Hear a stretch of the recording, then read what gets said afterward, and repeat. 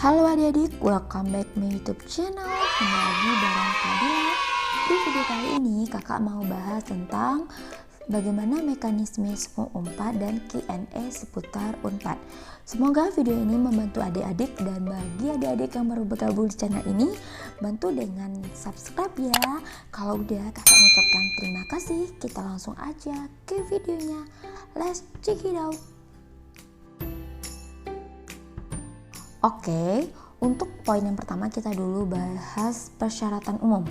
Jadi persyaratan dan ketentuan bagi peserta SMOP jalur mandiri ini, pertama harus warga negara Indonesia, dan yang kedua lulusan SMA, MA atau SMK ataupun paket C dengan tahun 2018, 2019 atau 2020. Berarti ini batasnya cuma sampai 2018 sampai 2020 ya tamatannya. Oke, yang kedua prosedur pendaftaran. Pertama, memeriksa persyaratan umum dan khusus untuk mendaftar ke program studi yang dituju.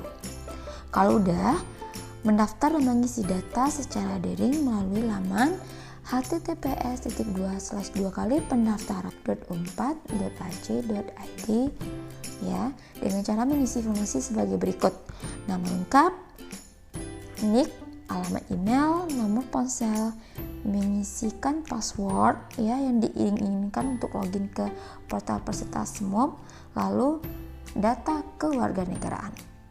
Yang ketiga, mengupload dokumen asli seperti ijazah, SMA, MA, SMK ataupun paket C. Yang kedua, kartu peserta UTBK tahun 2020 bagi peserta yang memilih metode seleksi dari nilai UTBK. Yang C-nya, pas foto terbaru berwarna dengan latar belakang putih ukuran 3x4 cm. Yang D, kartu tanda penduduk. Yang E, kartu keluarga. Yang keempat, membayar biaya pendaftaran ke bank yang ditunjuk Unpad dengan sebelumnya mencetak nomor tagihan yang diperoleh pada saat pendaftaran online.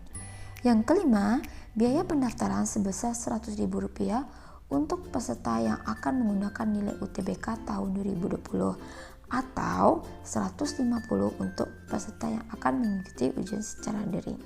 Yang keenam, uang pendaftaran yang sudah dibayar tidak dapat ditarik kembali. Ini udah tahu kira-kira ya.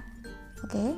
Dan yang ketujuh, yang terakhir, mencetak atau menyimpan kartu peserta ujian yang diperoleh setelah melakukan pembayaran di laman yang tersedia seperti ini.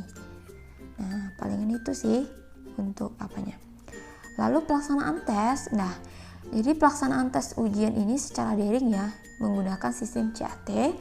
Untuk mengikuti ujian daring, peserta harus menggunakan perangkat berupa laptop dengan spesifikasi minimal sebagai berikut.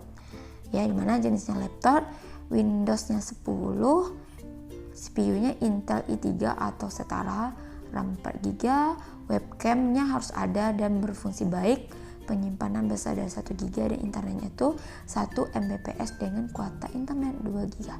Perangkat lunaknya konten sedang diperbarui. Oke. Lalu tanggal-tanggal penting yang harus adik-adik tahu. Pertama, itu pengumuman pembukaan jalur mandiri itu tanggal 27 Juni. Berarti udah bisa ya. Sekarang udah bisa mendaftar. Lalu pembayaran biaya seleksi itu dari 30 Juni sampai dengan 4 Agustus. Ingat ya, itu sampai 4 Agustus pukul jam 4. Nah, lalu masa isi data dan unggah dokumen persyaratan itu juga sama dari 30 Juni sampai 4 Agustus jam 23.59 waktu Indonesia Barat. Dan pelaksana ujian ini ya 2 hari, artinya ini tergantung dari 8 sampai 9 Agustus 2020, dan pengumumannya pada tanggal 23 Agustus 2020. Oke, itu untuk tanggal pentingnya. Nah, kita bahas question and answer ya seputar SMOP Unpad. Yang pertama, saya tidak mengikuti UTBK tahun ini. Apakah bisa mendaftar jalur mandiri? Bisa ya.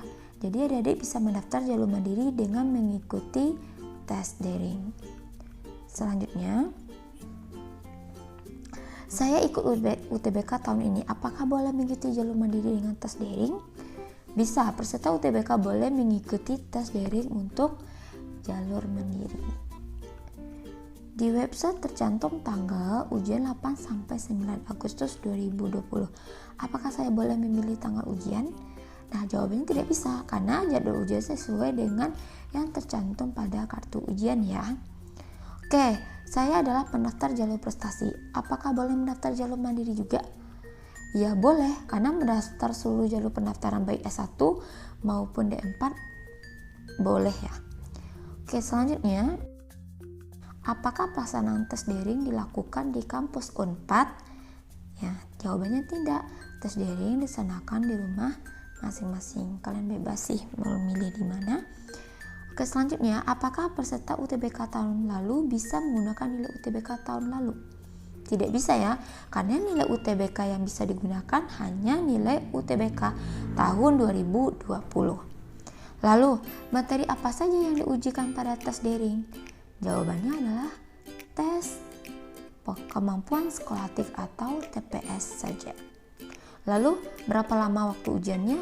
Itu lama waktu ujiannya 120 menit. Lalu, bila saya ingin mendaftar jalur yang lain, apakah harus membuat akun yang baru?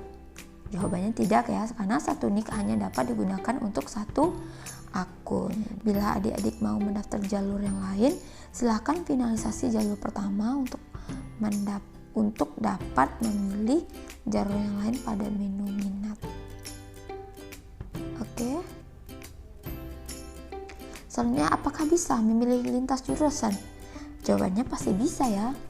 Tapi pastikan dulu program studi yang dipilih mensyaratkan asal jurusan sekolah enggak, kayak gitu.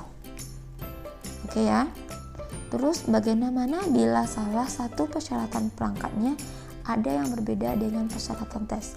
Misalnya kayak perbedaan sistem operasi atau kapasitas RAM-nya berbeda.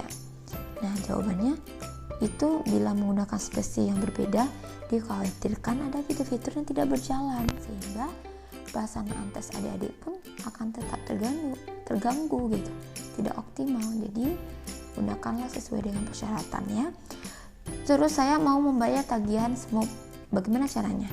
Silahkan akses ya panduan pembayarannya di laman http://smooth.unpad.ac.id/panduan/pembayaran-.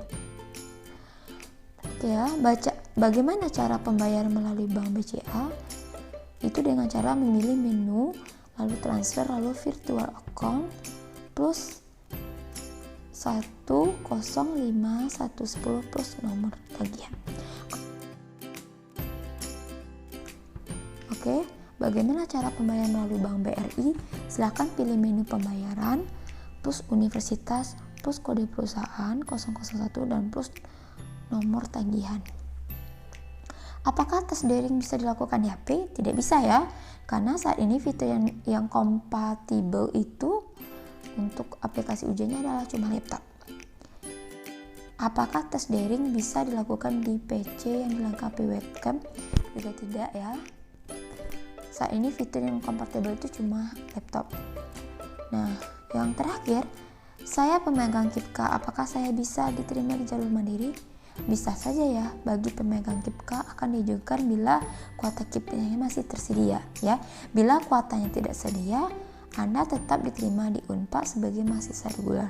Nah, untuk dana pengembangannya dapat mengajukan sesuai persyaratan KIPK dan UKT akan menyesuaikan dengan kemampuan orang tua. Oke adik-adik, semoga penyampaian kakak tadi bermanfaat ya. Dan bagi adik-adik yang ingin bertanya, berkomentar, silakan aja berkomentar di kolom komentar. Dan thanks for watching, see you on my next video. Bye bye. Assalamualaikum warahmatullahi wabarakatuh.